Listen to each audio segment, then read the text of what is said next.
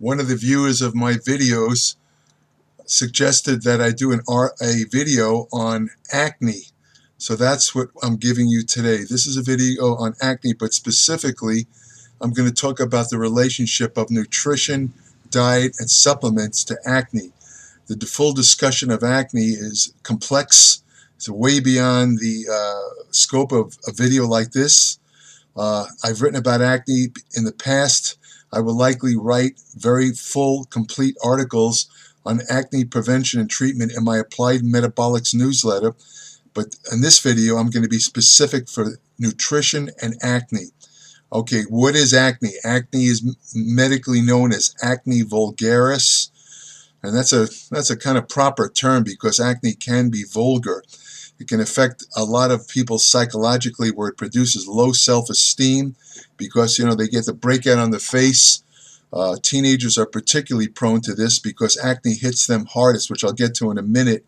But it's nothing to be treated lightly because it can cause a lot of psychological problems in people. In some cases, it can be almost disfiguring. What is it? It's an inflammatory skin condition caused by the oversecretion of sebum. Sebum is a type of, it's almost like a fatty substance that's secreted in the skin from sebaceous glands in hair follicles. The function of sebum is to help lubricate the skin and the hair follicles themselves.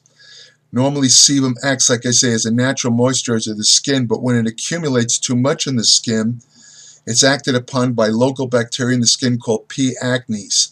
Now, one of the reasons why it will accumulate is because of overproduction of sebum, which I'll again explain in a minute, and also through a process called hyperkeratization. Hyperkeratization is a overabundance of skin protein synthesis, where basically the skin gets too thick, and this situation inhibits the flow of sebum and causes it to kind of get plugged up in the hair follicle. And when that happens, again, the P. acnes bacteria act upon it. The P. acnes bacteria produce substances which are extremely inflammatory, which lead to the typical lesions, comedones, blackheads, and so forth, that is commonly associated with acne. Acne also involves, as I said, an abnormal thickening of the skin. The main impetus to the production of sebum is hormonal, particularly one hormone called DHT, or dihydrotestosterone. In fact, it's commonly seen that a lot of bodybuilders who use steroids that are DHT based. You'll know that a steroid is DHT based because it cannot be converted into estrogen.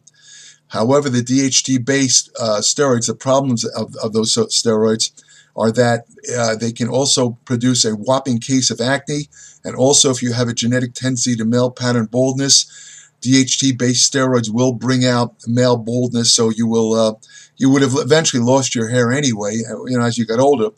But with large doses of DHT-based steroids, you can lose your hair even in your 20s. I've seen it happen many, many times.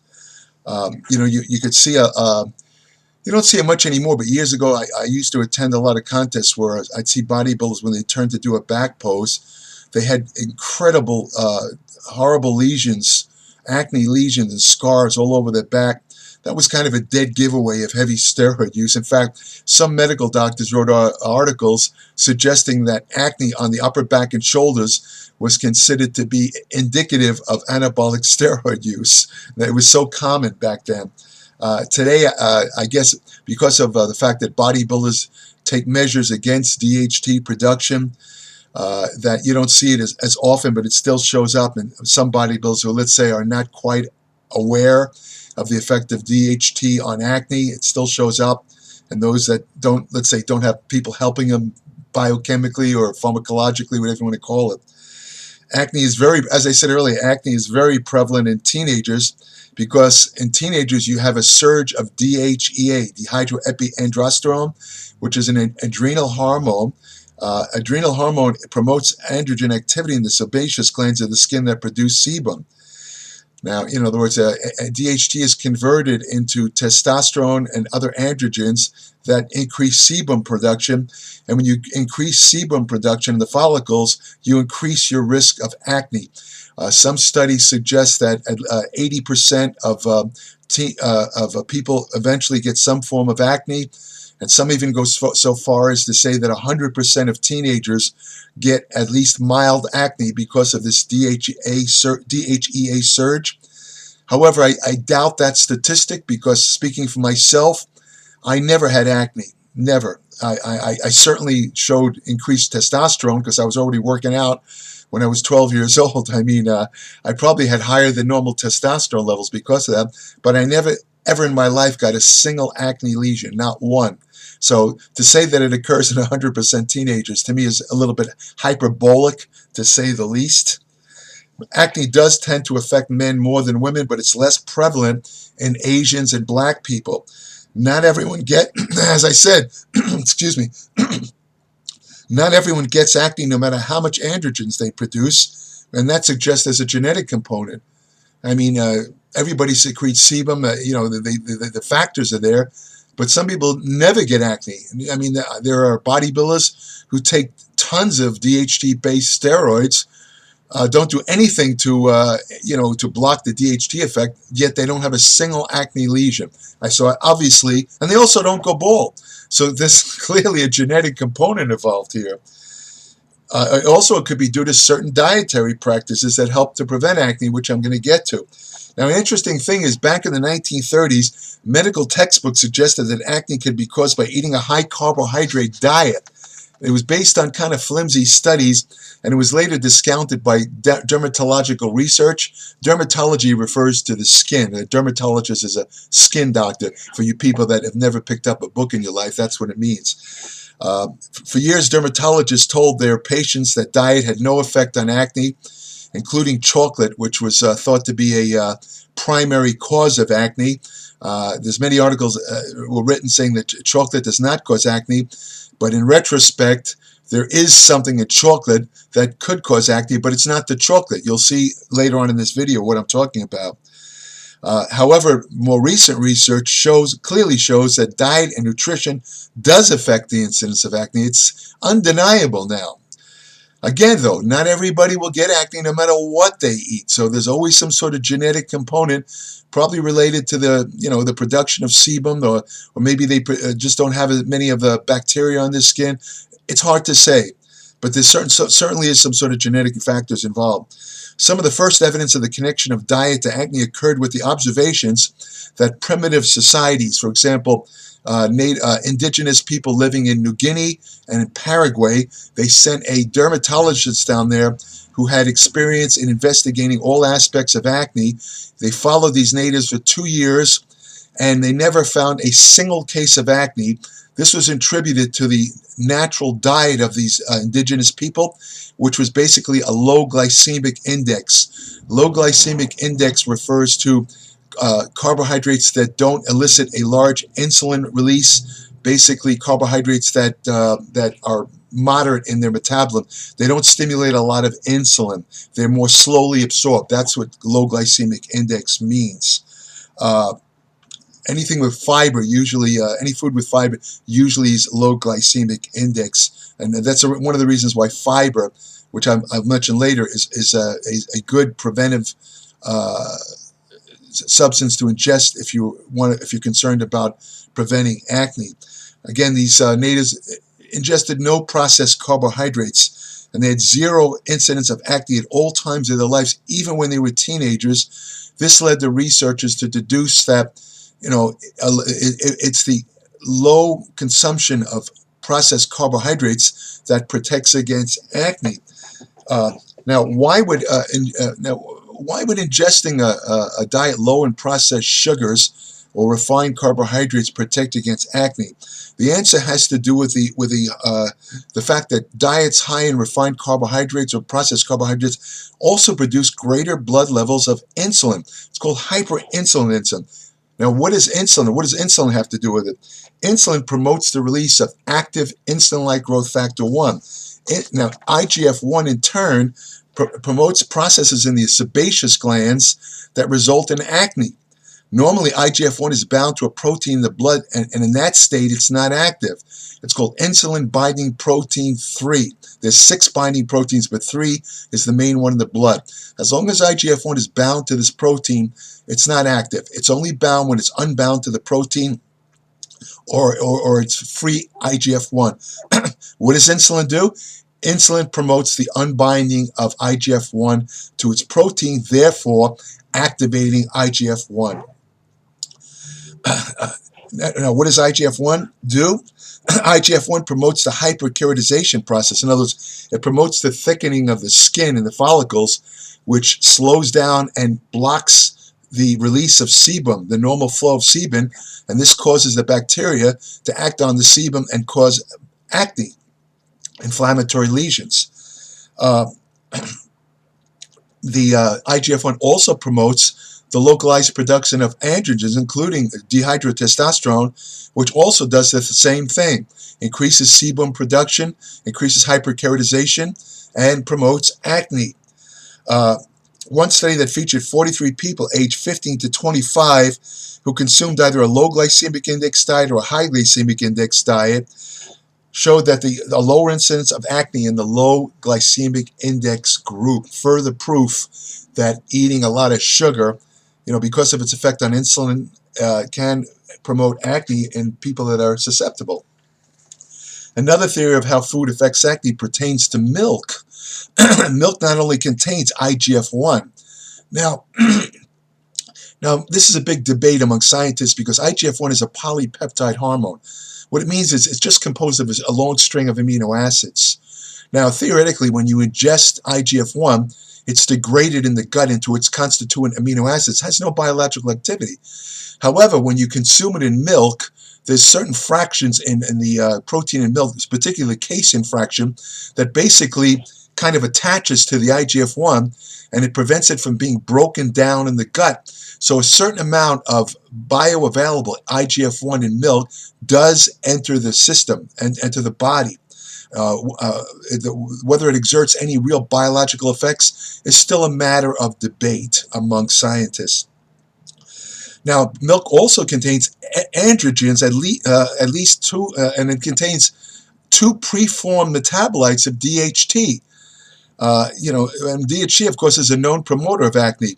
Interestingly, studies have found that non-fat milk is a greater promoter of acne than whole milk. Now, why would that be? One suggested reason for this is that whole milk contains, this is going to surprise you, whole milk, because of the fat, contains higher amounts of estrogen compared to non-fat milk.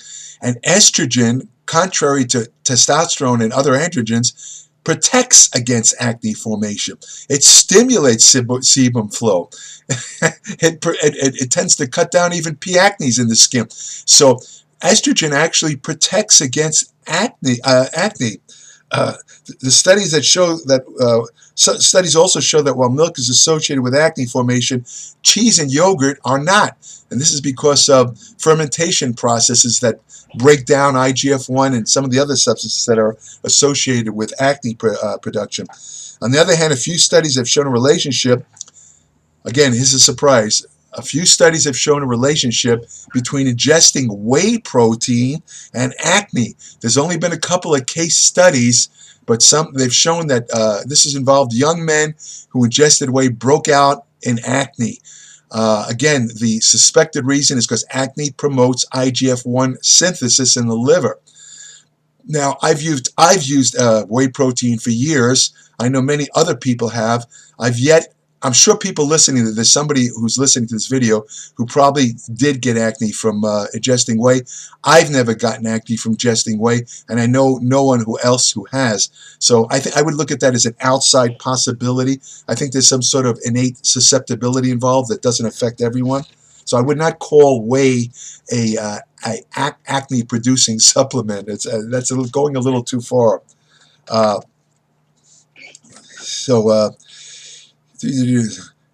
if you want to protect against acne, the one thing you want to do is make sure you ingest omega-3 fatty acids, such as found in fatty fish like mackerel, halibut, salmon, sardines, or if you don't want to eat that fish, consume a fish oil supplement. Why would fish oil help? Because fish oil is an anti-inflammatory substance. And again, acne is an inflammatory skin condition. Anything that provides anti-inflammatory activity will help to treat or prevent acne. Now, omega-3 is especially good because it blunts the synthesis of a particular leukotriene, which is a how do I describe it? It's a fat-like chemical that almost acts like a localized hormone. It's called leukotriene B4, and leukotriene B4 is closely associated with inflammation in acne lesions. And by preventing the synthesis of leukotriene B4, fish oil can have a preventive effect on acne. Most people consume far too much omega-6 fatty acids in comparison to omega-3. What's the significance of that?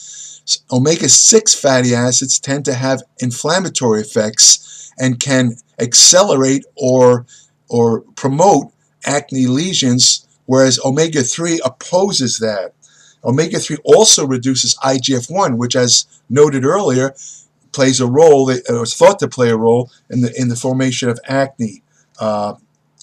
Now, you might say, well, wait a minute, IGF-1 is an anabolic hormone.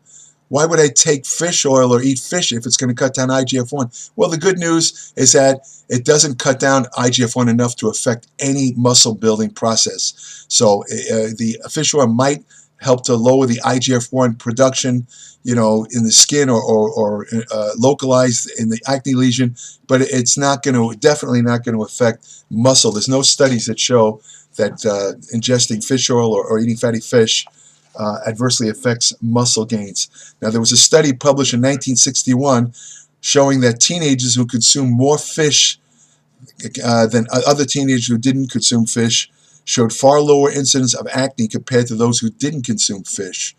So there's more evidence that eating fatty fish or ingesting fish oil can help prevent acne. Another thing you might want to do is ingest antioxidants. You can get antioxidants from foods, such as eating a good amount of fruits and vegetables.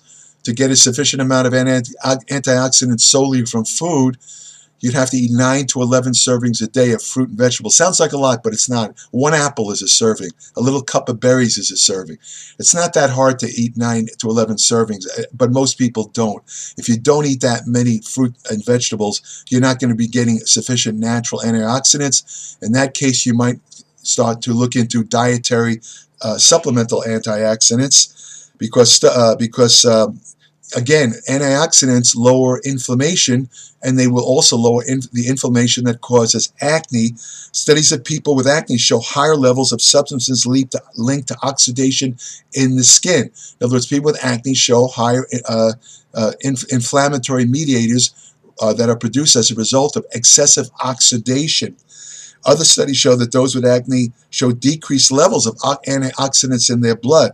One study showed that providing vitamin E and the mineral selenium to patients with acne showed improvements after 12 weeks or 3 months. Providing topical forms of green tea, particularly the active component of green tea, which is EGCG, which is a polyphenol. This was an animal experiment. When they put a topical form on the animals, the acne lesions disappeared. Why? Because EGCG is bactericidal. In other words, it kills P. acnes bacteria. A flavonoid called nobiletin, which is also found in fruits and vegetables, it inhibits lipogenesis, or the form of fatty-like substances, including sebum, in the hair follicle, and it promotes and it inhibits cell proliferation. This was a study done in hamsters, and it also promotes the excretion of sebum, so it prevents it from plugging up the hair follicle and causing acne. And this stuff, nobiletin, is found in fruits and vegetables. I've never seen it in a supplement, so you'd have to eat fruits and vegetables to get it. Another substance commonly found in onions and certain vegetables, called quercetin, directly destroys the P. acnes bacteria that plays a role in acne. I'm not sure how active it would be if you took it orally, but if you put it somehow directly on the skin, it kills the P. acnes instantly. It just blows them up real good. So does another substance called resveratrol, which is found in stuff like peanuts and red wine. Also exists in supplements. again, totally obliterates the P. acnes bacteria. Without the P. acnes bacteria, there's no acne. It's as simple as that.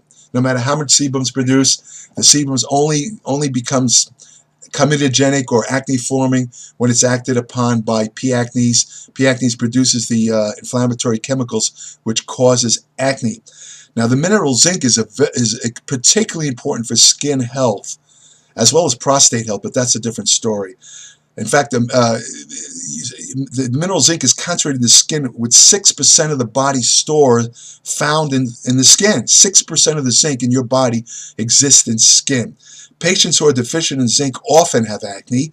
One study that compared zinc to minocycline, an antibiotic often used to treat acne, showed that zinc was equally effective as the antibiotic in the treatment of severe acne. Didn't help with moderate or mild acne, only severe acne. Another study that compared zinc to tetracycline, another antibiotic used to treat acne, again showed that oral zinc was just as effective as the antibiotic, and of course, taking it in, let's say, conservative amounts, zinc doesn't have any side effects, but I should point out, unfortunately, that, well, before I say that, I should tell you that zinc directly also kills the P. acne bacteria that causes acne, and also decreases the production of inflammatory mediators in the skin. But the problem with zinc is that most of the studies that showed zinc works better than the antibiotics and use really large doses of zinc. I mean, the recommended daily intake of zinc for men is only 11 milligrams a day.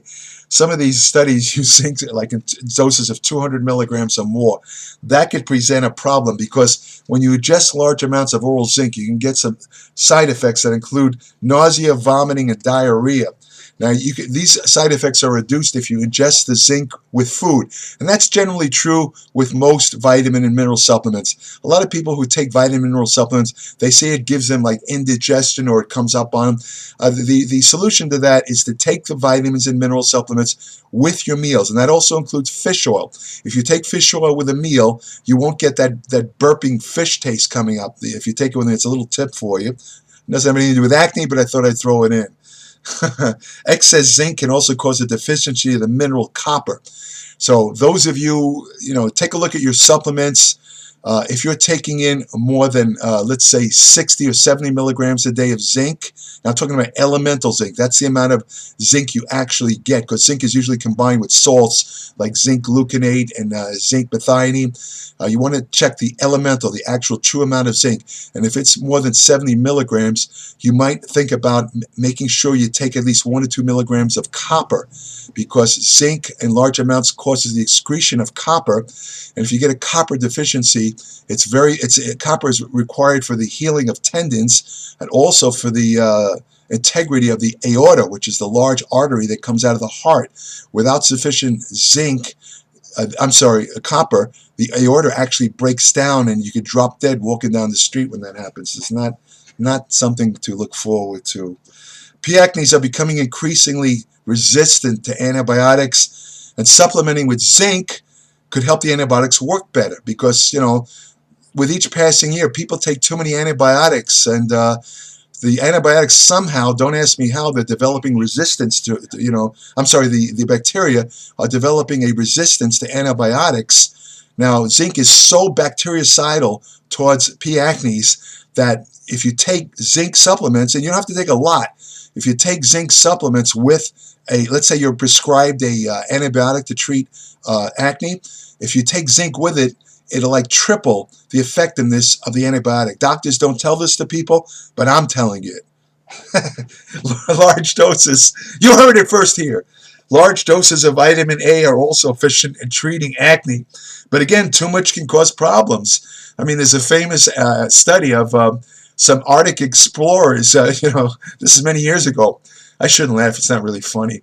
Anyway, they were up there in the Arctic and they were running out of food, so they killed a polar bear, which I'm not very happy about because I'm into animal rights, but this was many years ago when I guess there was more polar bears. Anyway, they ate the polar bear liver without knowing that polar bear liver contains millions of units of vitamin A, and all of them got very sick from vitamin A intoxication.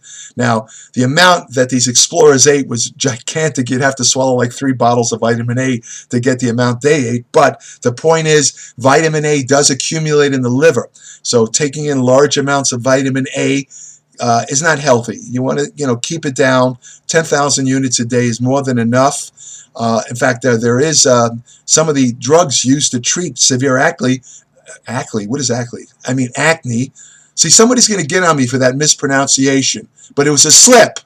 Get it? It was a slip. Anyway, some of the main drugs used to treat acne include Accutane, which is a vitamin A derivative. So again, vitamin A is very useful for treating acne, but again, if you get too much, you can get liver problems, you can get bone problems, and you can also get this little growth in the brain that's often mistaken for a brain tumor. It's called pseudocerebri, something or other. I can't remember the name, but they call it pseudotumor cerebri. I think it's called pseudotumor cerebri, and again, it looks like a tumor. So, somebody sees this on a CAT scan, if they don't know you've been taking vitamin A, they're going to want to dig into your brain. And this stuff is not a tumor. This thing is not a tumor. That's another danger of using too much vitamin A. As I said earlier, dietary fiber, very useful for treating acne because it lowers the glycemic index of food. When you take soluble fiber with a high glycemic index food, it actually combined, the fiber locks onto the sugars in the food, and it lowers the absorption, which greatly brings down the glycemic index number, also greatly reduces the secretion of insulin that would otherwise normally result from the ingestion of a high glycemic index food. Now, that alone, reducing the secretion of insulin, because of the reasons I said earlier, will help prevent acne. And also another reason why fiber helps is because it's the primary food of the intestinal microbiota, which is trillions of bacteria, fungi, and other organisms that exist in your colon.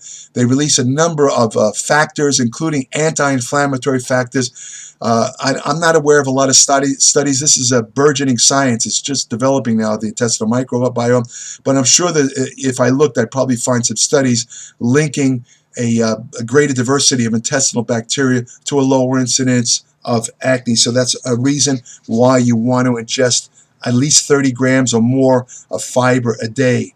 Now, the trace mineral iodine has been linked to causing acne.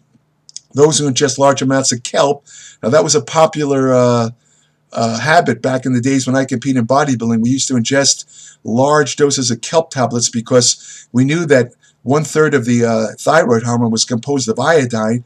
So we figured that if you ingest a lot of kelp tablets to get all that iodine, we'd have a higher metabolism and help us burn more fat. What we didn't know was that iodine, past a certain point, in large doses, has a reverse effect, and it lowers thyroid hormone activity.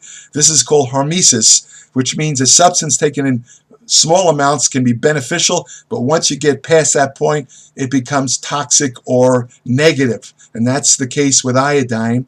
And iodine, however, is linked to acne.